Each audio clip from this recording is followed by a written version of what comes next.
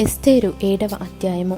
రాజును హామానును రాణి అయిన ఎస్తేరు నొద్దకు విందునకు రాగా, రాజు, ఎస్తేరు రాణి, నీ విజ్ఞాపనమేమిటి? అది నీకు అనుగ్రహింపబడును. నీ మనవి ఏమిటి? రాజ్యములో సగము మట్టుకైనను నీకు అనుగ్రహించేదనని 2వ నాడు ద్రాక్షరసపు విందులో ఎస్తేరుతో అనెను. అప్పుడు రాణి అయిన ఎస్తేరు ఈలాగు ప్రత్యుత్తరమిచ్చెను.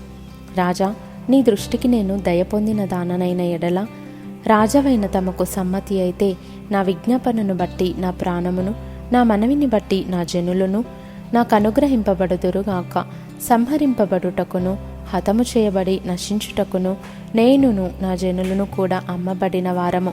మేము దాసులముగాను దాసునండ్రముగాను అమ్మబడిన ఎడల నేను మౌనముగా నుందును. ఏలయనగా మా విరోధిని తప్పించుకొనుటకై మేము రాజవకు తమరిని శ్రమపరచుట యుక్తము కాదు. అందుకు రాజైన అహష్వేరోషు ఈ కార్యము చేయుటకు తన మనస్సు దృఢపరుచుకున్నవాడెవడు? వాడేడి అని రాణియగు ఎస్తేరును అడుగగా, ఎస్తేరు, మా విరోధియకు ఆ పగవాడు దుష్టుడైన ఈ హామానే అనెను. అంతట హామాను రాజు ఎదుటను రాణి ఎదుటను భయాక్రాంతుడాయెను. రాజు ఆగ్రహముంది ద్రాక్షరసపు విందును విడిచి నగరు వనమునకు పోయెను.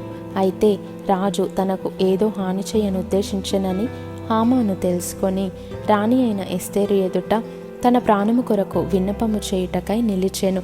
నగరు వనములో నుండి ద్రాక్షరసపు విందు స్థలమునకు రాజు తిరిగి రాగా, ఎస్తేరు కూర్చుండియున్న శయ్య మీద హామాను బడియుండుట చూచి, వీడు ఇంటిలో నా సముఖము ఎదుటనే రాణిని బలవంతము చేయునా అని చెప్పెను. ఆ మాట రాజు నోట రాగానే బంటులు హామాను ముఖమునకు ముసుగు వేసిరి.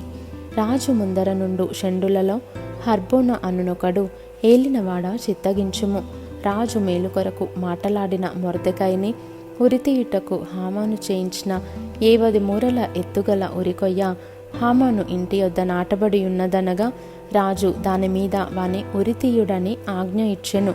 కాగా హామాను మొర్దెకైకి సిద్ధము చేసిన ఉరికొయ్య మీద వారు అతనినే ఉరితీసిరి. అప్పుడు రాజు యొక్క ఆగ్రహము చల్లారెను.